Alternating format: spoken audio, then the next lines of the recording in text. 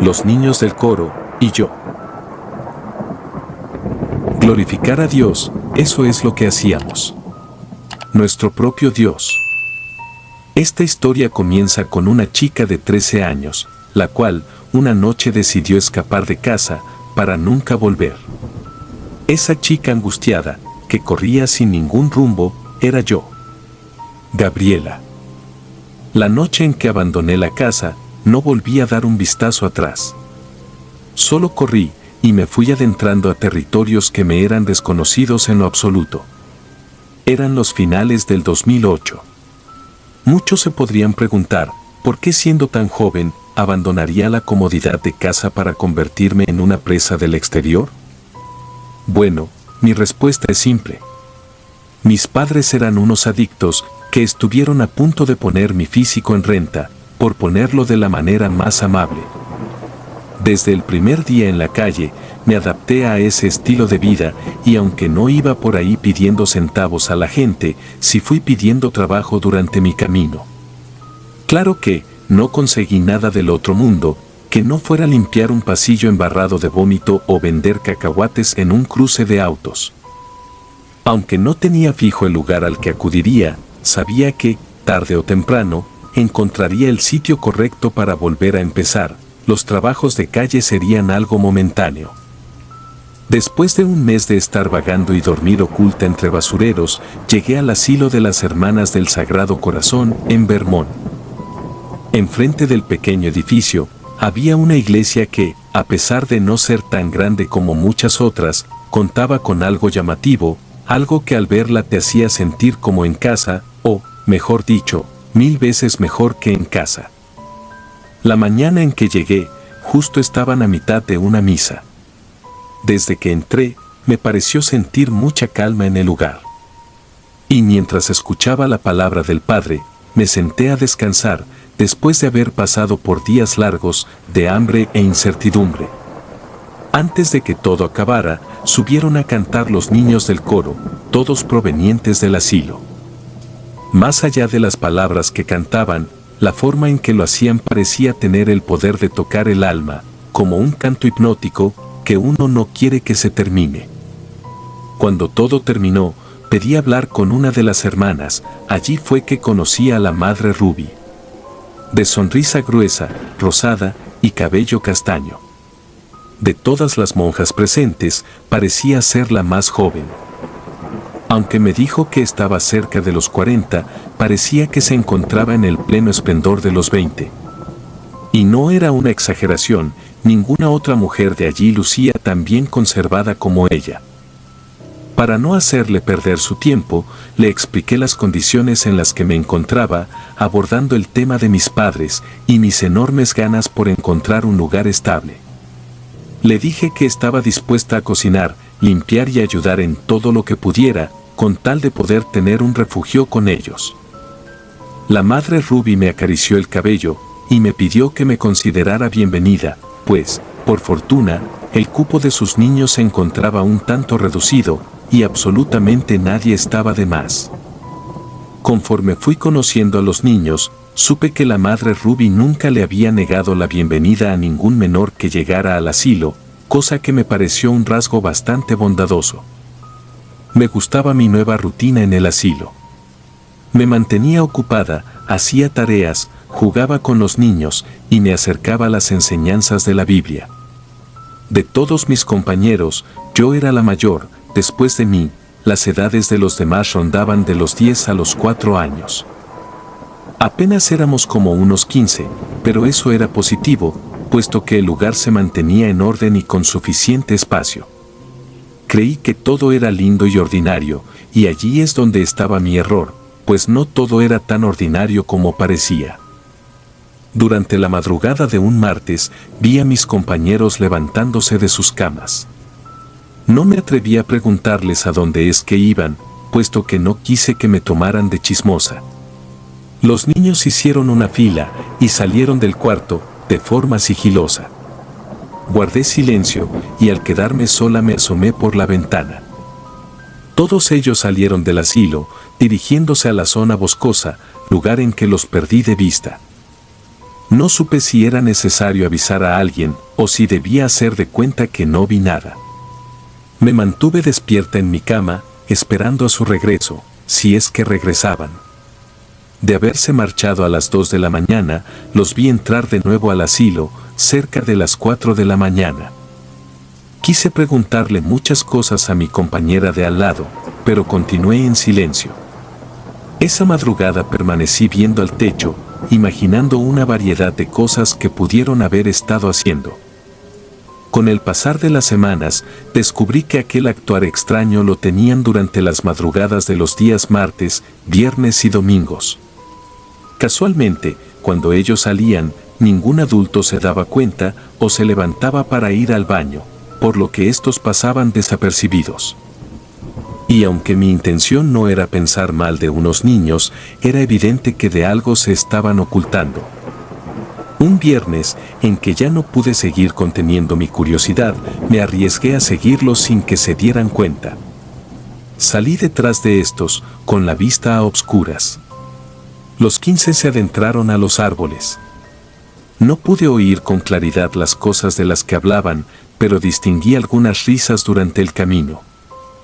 Después de subir un poco hacia la entrada del bosque, vi que a una corta distancia se hallaba una fogata, un calor que parecía estar esperándolos. Caminando hacia el lado opuesto que ellos, me mantuve oculta detrás de un árbol no tan lejano. De pronto, la madre rubí apareció del lado derecho, vistiendo un hábito rojo, en lugar del negro que usaba a diario. La madre rubí se sentó al centro, pidiéndoles que se tomaran de las manos, para comenzar con su círculo de luz.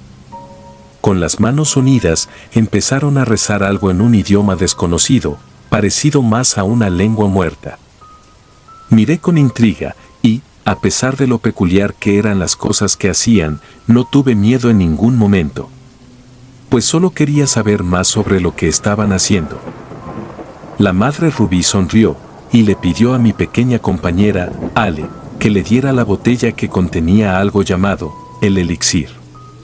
Antes de que ésta se lo pudiera pasar, uno de los niños me alcanzó a ver, y en voz alta avisó a los demás de mi presencia. No lo hizo con un tono de acusación, sino, más bien, como una expresión de asombro. La madre rubí y los demás niños me recibieron, y me invitaron a estar entre ellos. Esa fue la noche que cambió el rumbo de mi vida, de forma definitiva. Ella me preguntó si conocía el motivo por el cual se hallaban reunidos, a lo cual le respondí con un no. De forma directa, y sin perder un solo segundo, me dijo que se hallaban apartados del asilo y su iglesia porque la realidad era que Jesús estaba muerto. Al principio tomé su afirmación con gran horror, pues no entendí cómo algo tan trágico podría estar viniendo de boca de una monja, una mujer que, se supone, vivía su vida entregándose a él. Ante mi expresión temerosa, ésta trató de calmarme. Con todos los niños alrededor, me preguntó si alguna vez fui testigo de un milagro, o si llegué a tener algún momento en que Jesús, Dios, o cualquier santo, interviniera para ayudarme. Como no supe qué responder, ésta utilizó mi propio caso como ejemplo. Dijo que, la prueba fiel de que Dios no estaba de mi lado, era el hecho de que tuve que escapar de casa, para evitar que hicieran cosas horribles conmigo. Luego de un silencio, en el cual me puse a considerar su planteamiento, la madre rubí me preguntó algo como, ¿qué harías si en este instante te dijera que nosotros tenemos a un Padre que es mucho más real? Durante los segundos en que me puse a pensar en mi respuesta, puedo jurar que sentí los ojos de mis compañeros encima, como si en base a mi respuesta me fueran a juzgar por el resto de los días. Sin estar del todo convencida, le respondí que, de igual manera, entregaría mi alma a él. Por lo que todos se pusieron a aplaudir. La madre Ruby me explicó que se reunían de noche para venerar a un padre diferente al de la Iglesia Católica. Seguido de su afirmación, una compañera me acercó una Biblia negra, sonriendo, como si allí vinieran las respuestas a mis problemas. Los niños se volvieron a tomar de las manos, armando un círculo alrededor de mí. La madre procedió a explicarme que, así como Jesús llegó a tener a sus apóstoles, el Señor de las tinieblas se hallaba en busca de seguidores, que, lejos de tratar como aprendices, estaba deseoso de contar con estos como una familia. De tan confundida que me mostré, la mujer me dijo que me demostraría su existencia, por lo que me pidió que pensara en el objeto material que más deseara. Sin dudarlo, me puse a pensar en 5 monedas de oro, sin hacérselo saber a nadie más. Luego de decir que ya había pensado en algo, la madre Rubí volvió a sonreír, y me afirmó que, aquello que pensé, llegaría a mis manos durante el corto pasar de un día. Sin obligarme a hacer algo más, me invitaron de ese dichoso elixir. Después, me permitieron oír una gran parte sobre lo que recién estudiaban. Turnándose la palabra, todos comenzaron a hablar sobre la llegada de un doble anticristo. En ese primer acercamiento, los escuché decir que dichos bebés serían en realidad la encarnación de 2 poderosos demonios, aquí en la tierra, Lamastu y Abaddon. Tan pronto como estos subieran nuestro plano terrenal, se desatarían nuevas pandemias, las guerras se volverían mucho más recurrentes y la violencia se convertiría en la mayor seductora del hombre. A cambio de ayudar a que se consolidaran sus encarnaciones, todos nosotros nos veríamos beneficiados, además de salir ilesos ante la destrucción y la enfermedad. Cuando volvimos a nuestro cuarto, supe que nada en esa iglesia era como lo había imaginado. Al día siguiente, justo y como me lo aseguró la madre Rubí, en mi camino encontré las 5 monedas de oro con las que fantaseé. Sin pensarlo demasiado, acudí a la siguiente reunión por voluntad propia. En las reuniones podía llamar a la madre Rubí solo por su nombre. En las noches estudiábamos conjuros, bebíamos vino, derramábamos unas cuantas gotas de sangre para proteger nuestro círculo y aprendíamos a hacer tratos con nuestro nuevo padre, con tal de obtener cualquier capricho o necesidad. Y en el día todos nos disfrazábamos de ovejas para en las noches convertirnos en negras cabras, hambrientas de sabiduría y no de moralidad y de perdón. Con la llegada del 2009, Rubí nos informó que estábamos en el momento perfecto para ofrecer a Satán uno de los tributos más grandes. ¿Cuál era ese tributo? Las almas ingenuas de los seguidores católicos. Para las siguientes misas, se nos otorgó la tarea de hacer una nueva adaptación a la iglesia, una que pasara desapercibida ante los ojos ingenuos, pero que nos permitiera venerar a nuestro Padre al mismo tiempo. Antes de que los creyentes entraran a colocarse de rodillas y entregar sus rezos, consagramos algunos pentagramas debajo de las alfombras, grabamos los sellos de Abaddon y Lamastu en la entrada, en donde nadie los pudiera encontrar. Además de la simbología oculta, 2 de los niños del coro tenían la tarea de cantar en voz baja una adoración distinta a la de los demás, en latín. Los católicos entraban a la iglesia, haciendo rezos y veneraciones. La gente ingenua se estaba entregando a nuestros ídolos, sin saberlo. Detrás de cada veladora prendida a un santo y cada manda hecha frente a la imagen de una virgen, se ocultaba un pacto con las fuerzas demoníacas. No sentíamos culpa, puesto que las personas regresaban regocijantes ante los resultados de sus peticiones. A decir verdad, desde que modificamos la iglesia, a todos los creyentes les comenzó a ir bastante bien en general. Aunque cada aspecto nos estaba saliendo al pie de lo esperado, hubo algunas semanas en que tuvimos que suspender las reuniones de la noche. Según nos comentó Rubí, el padre y el resto de monjas empezaron a tener sospechas de que algo incorrecto estaba sucediendo en la iglesia. Pues sus alarmas se encendieron después de que un señor acusara de haber encontrado un símbolo demoníaco en nuestro altar. Cuando el tema pasó de largo, volvimos a nuestras costumbres de la noche. Ahora Rubí actuaba como si algo le presionara. Dijo que todo debía estar listo para la encarnación del bebé doble. 2009 era el año en que el mundo comenzaría a quedar de cabeza. Cercano al mes de marzo, ella nos enseñó un ritual en donde podíamos tener visiones, luego de hacer un sacrificio y pronunciar las palabras correctas, sin temor. Cuando las imágenes venían a nuestras mentes, debíamos decir a los demás lo que estábamos viendo, en voz alta. Lo que yo vi fue una farmacia repleta. Una compañera recibió la imagen de un terrible derrumbe por un terremoto. Cuando la hermana nos habló sobre lo que ella vio, nos dijo que solo había recibido la imagen de Sandra Bell. Sandra era una joven que nos visitaba en cada misa. A pesar de que parecía una imagen irrelevante, era la señal que Ruby estuvo esperando recibir desde hace meses. Cuando le pregunté por el significado de su visión, ella nos explicó que ésta sirvió para mostrarle quién sería la portadora de los bebés.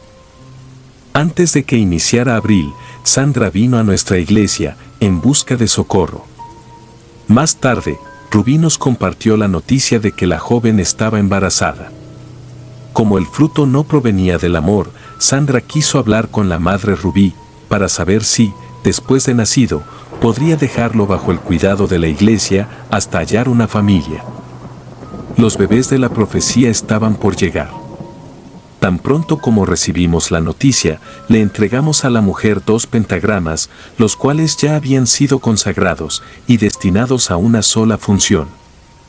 Ruby le dijo que los levara cerca de su vientre y de preferencia en secreto, para que los siguientes 9 meses pudieran transcurrir de la manera más sencilla y positiva posible.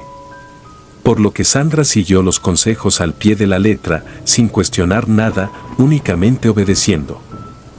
Durante el primer mes de embarazo, recibimos la noticia de que se había desatado una despiadada y mortal pandemia que estaba cobrando la vida de miles. Estoy hablando del comienzo de la H1N1. Ruby dijo que la enfermedad era el primer anuncio de la llegada de Abadón, hombre destructor de la tierra y de la vida. Creo que, antes de empezar a ser testigo de las atrocidades, me había estado tomando el tema de los apóstoles de Satán como una especie de juego. Todo era agradable cuando se trataba de pedir deseos y sentirse poderoso. Pero, al ver cómo las tragedias desataban atrocidades por encima de gente inocente, dejé de sentirme como alguien especial y afortunada. Comencé a sentirme culpable con el mundo. Previo al nacimiento de los bebés, consideré el retractarme y salir de allí.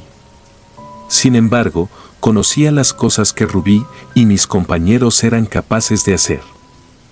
Pensé que, si me atrevía a plantearles mi salida del grupo, pronto me verían como una amenaza para sus planes. E incluso si intentaba escapar de allí, darían conmigo, pues serían cerca de 16 en contra de una. Antes de que la Mastu y Abaddon estuvieran en el vientre de Sandra, me creí una niña perversa, infiltrada en los territorios del bien, mas el terror y el sentimiento de culpa se encargaron de mostrarme que no era así. Más bien, era una cobarde, queriéndome acercar a las intenciones del mal, para que éste no me dañara. Por formar parte de los suyos. Me había condenado, y no quedaba salvación ante mi traición. Tuve que aceptarlo, no quedaba otra opción para mí, más que seguirme enredando en el plan al que yo misma me entregué. Conforme avanzaban los meses del embarazo, Sandra se veía cada vez más marchita y enferma. Pues el daño se fue haciendo cada vez más severo, que ésta tuvo que pasar el último mes convaleciendo en cama y sin poderse mover. Parecía que estaba resignada a morir dentro de nuestro asilo. Días antes del parto, mis compañeros y yo tuvimos visiones a través de los sueños. Pasamos las noches soñando con guerras, conflictos económicos, hambruna, sequías y de nuevo enfermedades. Una de mis compañeras nos aseguró que, a finales de 2019, se desataría un mal tan grande en la tierra que el ser humano estaría obligado a refugiarse en el encierro, y el pánico colectivo mantendría presa a la humanidad por más de un año. En ese momento, sus palabras me parecieron muy inespecíficas. Hoy en día, comprendo mejor a qué se refería. La tarde en que nacieron los 2 bebés, los relámpagos y el granizo estuvieron cayendo sobre el asilo, causando un escándalo que me hizo creer que sería el final para todos nosotros. Sandra falleció en el parto, pero los hermanos habían nacido aparentemente sanos. Tan pronto como los recibió la madre Rubí, entre las sábanas manchadas con sangre, nos acercamos todos para verlos. Al contrario de lo que cualquiera pudiese imaginar del nacimiento de dos demonios, estos bebés llegaron a nuestros brazos con hermosas miradas. En vez de llorar y gritar, sonreían bastante risueños. Todos mis compañeros se mostraron bastante alegres con su llegada. Rubí los protegió demasiado a ambos, para que ni el padre ni las hermanas se le pudiesen acercar. A una semana de su nacimiento, empezaron a ocurrir graves accidentes en el asilo. Como que algunas figuras de Jesucristo se caían encima de nosotros, o dejábamos de respirar al dormir. Lo que no nos había ocurrido en toda la semana, comenzó a suceder. Los dos hermanos lloraban de un modo incontrolable, gritaban a lo largo de las noches y, si no eran atendidos por alguien a los pocos segundos, se ponían a gruñir, como un animal salvaje. Una noche en que una de las monjas trató de calmar a la niña, ésta la atacó a los ojos con ambas manos, llegándoselos a desprender, como si hubiese obtenido la fuerza de un hombre adulto. Cuando el padre quiso sacarlos de nuestro asilo, para que los trasladaran a uno del gobierno, Rubí se interpuso, suplicándole que se alejara de ellos. Justo cuando parecía que el ambiente no podía ser más pesado, Rubí concluyó que la actitud amenazante de los bebés se debía a que estos ya no querían estar cerca de la iglesia, pues el estar en la casa de Dios les parecía algo inconcebible y en exceso ofensivo. Para poner fin a la problemática, Rubí nos dijo que pronto se acercarían al asilo otros seguidores de la obscuridad y actuarían un robo de niños a mitad de la madrugada. De esa forma se llevarían a la mayoría de nosotros y rescatarían a los bebés de estar en aquel lugar que no les correspondía para nada. La noche del supuesto secuestro, muchos adultos de vestimenta negra nos sacaron de nuestras camas y nos empezaron a subir a diferentes camionetas. Cuando las hermanas despertaron para tratar de interponerse, Rubí nos ordenó que no volteáramos la mirada, escucháramos lo que escucháramos. Temo decir que, aquella noche, fue la última, para muchas de las fieles hermanas. Después de escapar, recorrimos la carretera cerca de 3 horas, hasta que llegamos a un lugar bastante diferente a la iglesia, pero mucho más colorido y grande. Era un templo satánico. En cuanto llevaron a los niños adentro, estos comenzaron a reír. Lamastu y Abadón fueron colocados dentro de una cuna repleta de monedas de oro. Rubí subió al altar de cruces invertidas para después decir: hermanos, por fin les he traído lo que desde hace años les prometí. Y afirmó que ese era el comienzo de nuestro reinado eterno. Aquella tarde, no solo hubo una exagerada celebración, sino que muchos de nosotros fuimos adoptados por parejas pertenecientes a la secta. Cada una de las profecías malditas y las visiones de tragedia hacia la humanidad se han estado manifestando desde que esos dos niños llegaron al mundo. A una década de su nacimiento, el mundo ya ha sido atacado por la peste, la plaga y una nueva guerra que carece de un final. En la actualidad, ambas encarnaciones de la destrucción y el sufrimiento tienen 10 años.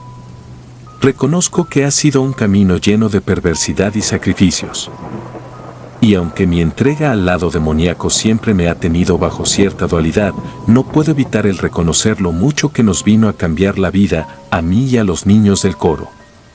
Ahora todos somos adultos. Hemos tenido éxito en nuestras carreras, así como nunca nos ha hecho falta el dinero, ni la salud, ni nada en absoluto. Quizás, por mucho que pese reconocerlo, la Biblia negra siempre ha tenido la razón. El ser humano está más inclinado a convivir con su maldad interna que con la divinidad del exterior.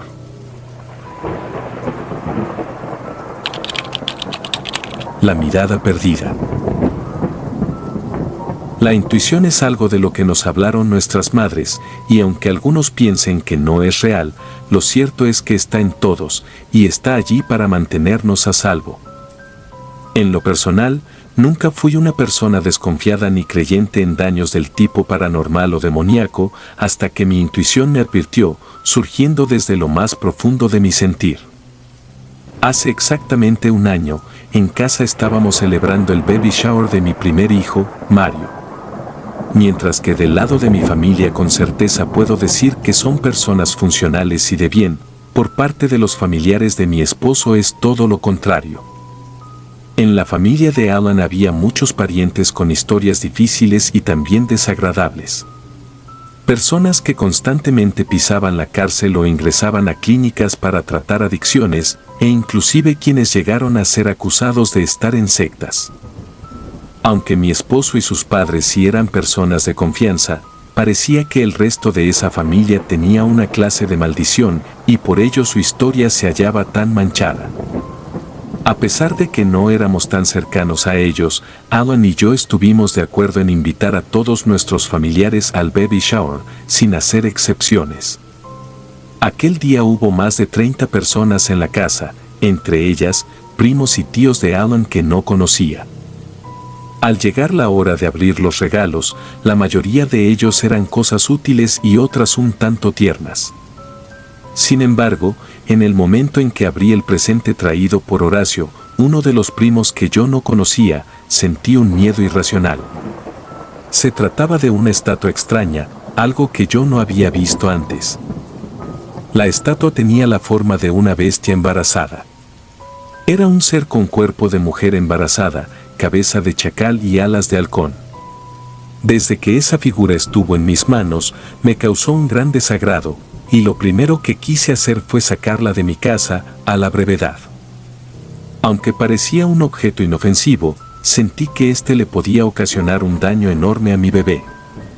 A la par en que miraba con horror la imagen de esa aberración, Horacio sonreía de una manera inquietante, como si el notar mi temor le hubiera dado gusto. Lleno de disgusto, Alan le preguntó a su primo, ¿qué se supone que es esa cosa?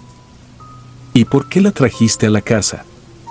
Horacio respondió que se trataba de una diosa que nos ayudaría a que Mario naciera con bien y lleno de salud.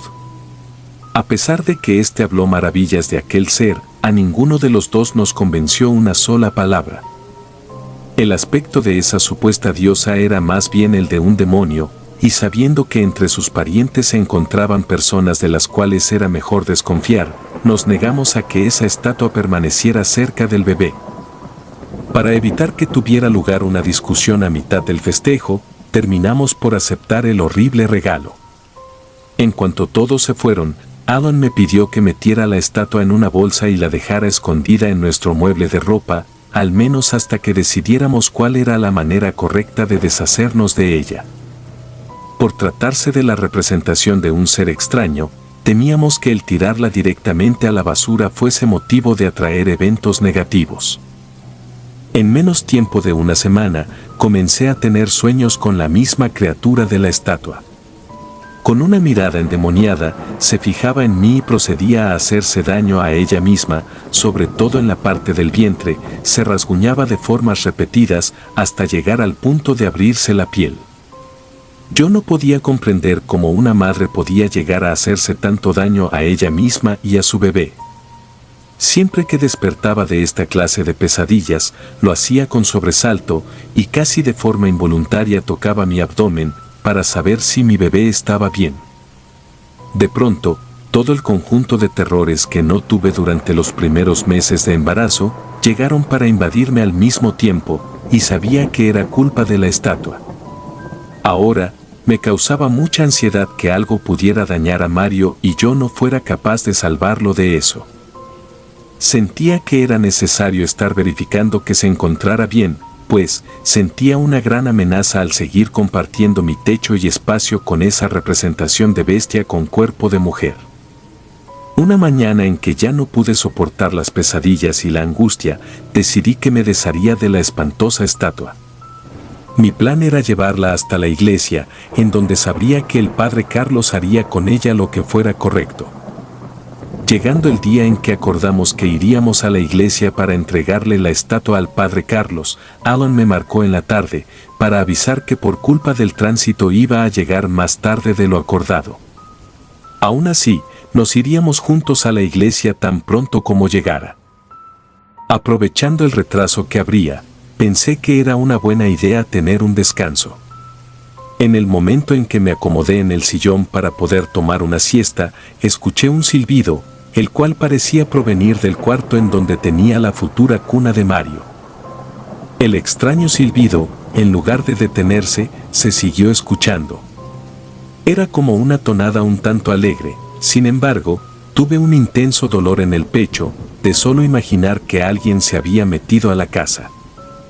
Actuando desde el pánico que estaba sintiendo, lo primero que hice fue caminar hacia la puerta para salir de la casa. Antes de que lograra abrir la puerta, el silbido se detuvo de golpe, como si aquello se hubiese dado cuenta de que estaba a punto de salir. En menos de un segundo en que la tonada de allá arriba se detuvo, ahora en la cocina se comenzaron a oír desagradables ruidos, se escuchaban como una mezcla de gruñidos y masticadas. Sin necesidad de ver, me pude imaginar a un animal devorando con la boca abierta. El terror por no saber qué estaba causando esos ruidos me paralizó, sin poder salir de la casa, pero tampoco ir hacia la cocina. Cuando por fin me decidí a caminar al lugar de los asquerosos ruidos, estos se hicieron cada vez más intensos. En cuanto me asomé, me encontré con una escena grotesca que me hizo salir gritando. En el piso de la cocina, enfrente de mi estufa, alcancé a ver a una mujer sobre un charco de sangre, alimentándose de la carne de un recién nacido. Bastó con haberla visto un par de segundos para acabar de sentirme completamente aterrada. En un intento por escapar de lo que vi, salí de casa, pero al no poner atención en mis pasos acelerados, en el momento en que me puse a bajar por las escaleras del departamento, me tropecé desde lo más alto, y terminé por caer de frente, dañándome a mí y a mi bebé. Debido al ruido del gran golpe que me di, los vecinos salieron de sus casas para ayudarme, tan rápido como les fue posible. En los primeros minutos tras el accidente, ni siquiera me pude poner de pie. En el vientre sentía unas punzadas intensas de dolor, como si algo me estuviese golpeando desde afuera. Aquel ha sido el dolor más grande e infernal que he tenido la desgracia de experimentar. Todos los vecinos me vieron llorar, tirada en el piso y sin poder moverme. Dada la gravedad del golpe, alguien se encargó de llamar a una ambulancia. Antes de que ésta llegara, una amable vecina le llamó a Alan para avisar de lo ocurrido. Después de las valoraciones que me hicieron en el hospital, los médicos nos informaron que, debido a la caída, había sufrido un importante desprendimiento de la matriz. Esto último ponía en riesgo a mi bebé, porque ahora bastaba con el mínimo esfuerzo para causar que el parto se adelantara y una escena trágica tuviese lugar. Como Mario seguía en el 7º mes, me ordenaron que guardara un reposo estricto y que también me cuidara de pasar por cargas severas de estrés, miedo o coraje, ya que eso podía contribuir a posibles complicaciones. Recuerdo que, en cuanto volvimos a casa después de estar en el hospital, no podía dejar de preguntarme a mí misma si ya había sido lo bastante tarde como para actuar y defender a mi hijo. No sabía qué atrocidades o bendiciones nos aguardaban. Sin embargo, lo que sí sabía era que ya no iba a soportar que esa estatua continuara en nuestro hogar. Inclusive si no conseguía llevarla personalmente a la iglesia, la alejaría de otro modo.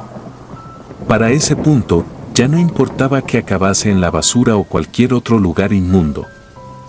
A la mañana siguiente de mi lesión, Alan tomó la bolsa en donde guardé la figura y caminó con ella hasta el camión de la basura. Por desgracia, antes de que llegara a él, una jauría de perros le comenzó a ladrar a lo lejos. Yo lo veía todo desde la ventana de mi cuarto, por el reposo que estaba obligada a guardar. Faltando poco para que lograra deshacerse de la estatua, 4 de esos perros se le aventaron con agresividad y, después de haberlo acorralado, lo empezaron a morder. El escenario me provocó una fuerte taquicardia, en especial porque desde donde estaba era incapaz de ayudarle. Mientras me esforzaba por salir de la casa y bajar con cuidado por las escaleras, vi que muchas personas se acercaban a Alan para ayudarle. Cuando llegué abajo, no parecían cesar ni los gruñidos de los perros ni los gritos de mi esposo. Una vez que el ataque se detuvo, Alan fue capaz de levantarse y dar unos cuantos pasos. Gran parte de los daños se los causaron en manos y brazos. Él afirmó que aquellos animales agresivos actuaron de esa manera porque les enfureció que la estatua fuera a dar a la basura. En el caso de Alan, no fue necesario que lo lleváramos al hospital, mas tuvo que acudir a una consulta médica, en donde el doctor se encargó de hacerle una curación y de aconsejarnos cosas importantes para el cuidado de sus heridas. En menos de un mes de haber recibido el regalo de Horacio, todos en casa nos hallábamos afectados, incluyendo a mi pobre bebé. Sin aguardar a que pasara un día más, Alan y yo nos dirigimos a la iglesia, sin temer a que ese ser maligno se volviera a meter con nuestra integridad, causando accidentes o ataques. Por fin, después de los escandalosos eventos que nos impidieron llegar, me hallaba de frente a la misma iglesia en la cual me casé. Esperaba que aún no fuese demasiado tarde como para actuar. Esa bestia nos estaba conduciendo a la desgracia, y aunque nunca fui una persona que guardara odios y rencores, no podía evitar sentirme llena de rabia contra Horacio. Estando cada vez más cerca de llegar a la entrada, presenté el mismo dolor intenso que tuve en el vientre tras caer, y como si con ello no hubiese sido suficiente, me empezó a arder la mano con la que sujetaba a la espantosa estatua. Por cada paso que daba para entrar a la iglesia, el dolor aumentaba y la estatua me seguía causando mucho ardor en la mano, lo que demostraba que aquel ser nunca fue algo divino. Esa mujer con cabeza de chacal se resistía a entrar a la casa de Dios, pero, sin importar las horribles molestias que me estaba provocando, con mayor razón me aferré a llegar. Recién entramos, fuimos recibidos con mucha amabilidad por el padre Carlos. Como era urgente el que solicitáramos su ayuda, evitamos iniciar una conversación ordinaria y de entrada le hablamos sobre los tormentos por los que estábamos atravesando. Recuerdo que, en el instante en que le entregué la estatua al padre, éste me miró consternado. ¿Por qué traes esto aquí?, preguntó, mostrando demasiada preocupación. Después de comentarle que se trató del regalo de un familiar lejano, se molestó mucho, al grado de tener que apartarse un momento para volver a estar estable. Una vez que consiguió calmarse, regresó con nosotros, diciendo que no sabía en qué forma era correcto abordar las explicaciones que nos tenía que hacer. Mencionó que el tema era muy fuerte de asimilar y que incluso podía llegar a causarme más complicaciones físicas por el impacto que podría ocasionar en mí. Luego de escuchar su advertencia y suplicarle que fuera sincero con nosotros, el padre nos explicó que el ser representado en aquella figura no era ni una diosa ni un ser de bien. Con el mismo enojo de antes, nos comentó que, en todo este tiempo, lo que en realidad tuvimos en nuestra casa era el retrato de uno de los demonios más dañinos y hostiles de entre todos. Se trataba de Lamashtu, un demonio de género femenino, que se dedicaba a llenar de desgracias a las madres embarazadas y a sus bebés. El padre Carlos nos dijo que, en las antiguas escrituras se hacía mención de que ella misma se encargaba de devorar aquellos frutos que surgían de su vientre, con tal de absorber sus energías y tener cada vez más poder. Lamashtu era demonio de la locura, el dolor y el sufrimiento. Con los ojos húmedos por estar a punto de llorar, el padre me advirtió de aquellos que eran seguidores fieles de ella. Su descripción fue que eran personas enfermas y las peores amenazas con las que uno se podía llegar a atravesar. Este grupo de seguidores se dedicaban a ofrecerle a criaturas inocentes, incluso desde antes de que nacieran.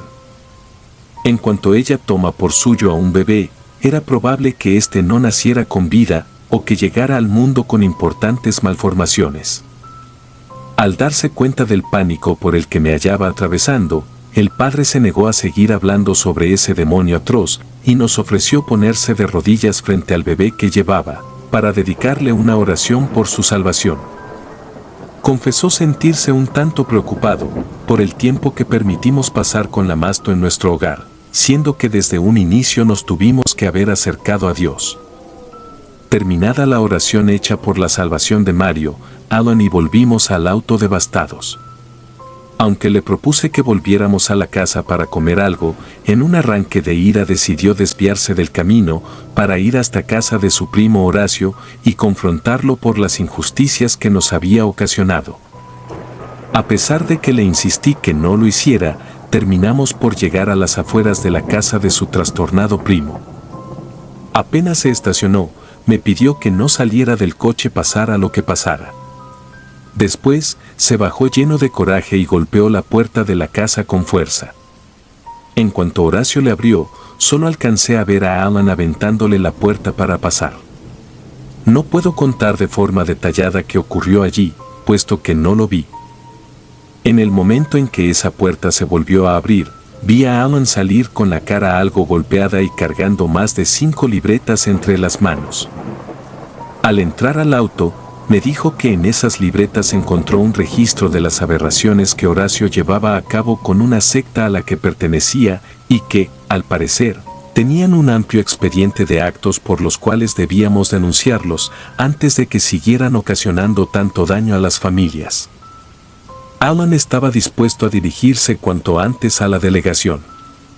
Mientras íbamos camino a levantar una denuncia, tuve el atrevimiento de hojear aquellos cuadernos, pero esa fue la peor decisión que pude tomar.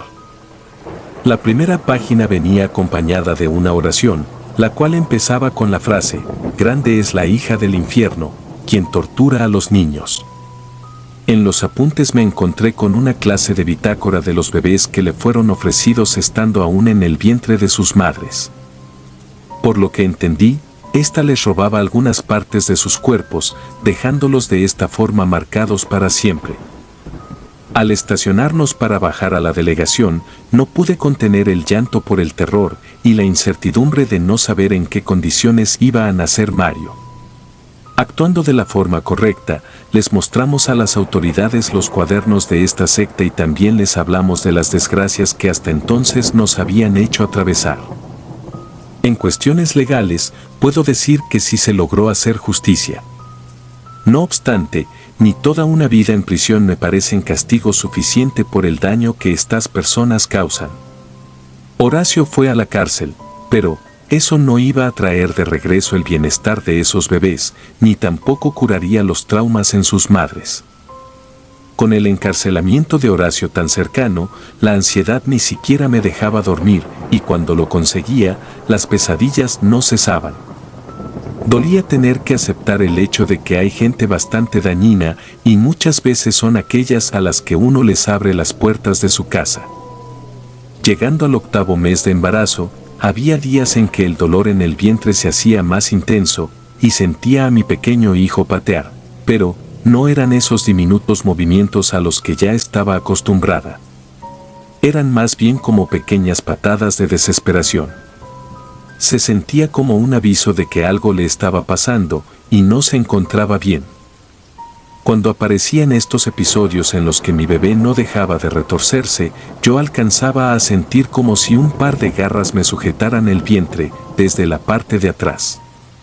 Aquello se sentía como estar siendo abrazada por un demonio, una bestia que burlonamente me sujetaba, haciendo notar su presencia de esa manera. Con cada ocasión en que esto ocurría, trataba de rezar el Padre Nuestro de principio a fin. Sin embargo, el miedo me paralizaba tanto que incluso hacía que se me olvidara. Por culpa de mi terror descontrolado le estaba fallando a mi hijo durante la batalla por su bien. No fui capaz de mantenerme firme o de aferrarme a mis creencias. Solo me dejé arrastrar al miedo y la voluntad de este demonio. Durante una madrugada en la que ya llevábamos muchas horas de habernos ido a dormir, me despertó una espantosa sensación en el interior. Sentí como algo me atravesó hasta que llegó a Mario. En ese instante abrí los ojos y lo que vi enfrente y en medio de la oscuridad fue a la silueta de esa mujer con cabeza de chacal. En cuanto me puse a gritar por el pánico, sentí que me arrancaba algo. El dolor fue tan horrible como si me hubiese arrebatado alguna extremidad o parte importante. Alan prendió la luz luego de escucharme gritar y verme retorcer. Para cuando la luz volvió a la habitación, la silueta de esa mujer demonio desapareció. No sabía cómo explicarlo, pero estaba segura de que nos había arrebatado algo a mi bebé y a mí. Ella se ha llevado algo, le dije a Alan. No necesitaba verlo para descubrirlo, solo lo sabía, algo le arrebató a mi hijo, podía sentir el dolor y la angustia del pequeño. A mitad de la crisis de ansiedad que estaba sufriendo, se me presentó una serie de malestares anormales que indicaban que era vital acercarse a emergencias de nueva cuenta. La doctora que me revisó dijo que la matriz se continuaba desprendiendo. Al oír esto, supe que fue culpa del amasto. Me comentaron que, si lo que deseábamos era salvar la vida de mi hijo, entonces era necesario que se me practicara una cesárea. Así, Mario nacería algo prematuro, pero sobreviviría. Toda la vivencia que recién acabo de contar ha sido el sufrimiento más traumático por el que he tenido que atravesar, y lo peor de todo es que, todavía ni siquiera había presenciado lo peor. Luego de tener que pasar por toda la interminable serie de tragedias y encima someterme a una cesárea que nunca llegué a contemplar, tuve que ver en el rostro de mi bebé algo que me partió el alma. Mario nació con una condición llamada anoftalmía, algo que puedo explicar diciendo que nació sin ojos. En su carita hermosa de bebé, en vez de un par de ojos, lo único que pude ver fueron 2 pequeñas marcas en su lugar. Aunque lo amé con todo mi corazón desde el día en que llegó a mi vida, no pude evitar sentirme llena de impotencia, por saber que antes de aceptar la figura del amastu se encontraba bien. Desde el día en que nació mi amado hijo, no he dejado de imaginar cómo es que pudo haber lucido aquella mirada perdida.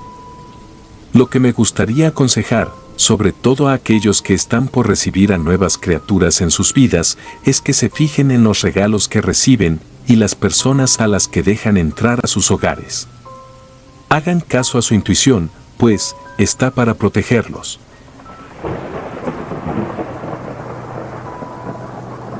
Si te gustaron los relatos, me gustaría que me apoyaran con un like o haciendo un comentario, ya que eso nos ayudaría bastante. Y si no estás suscrito o suscrita, te invito a que lo hagas para que no te pierdas lo mejor de relatos de terror. Sin más, gracias. Relatos escritos y adaptados por D.A. Martín.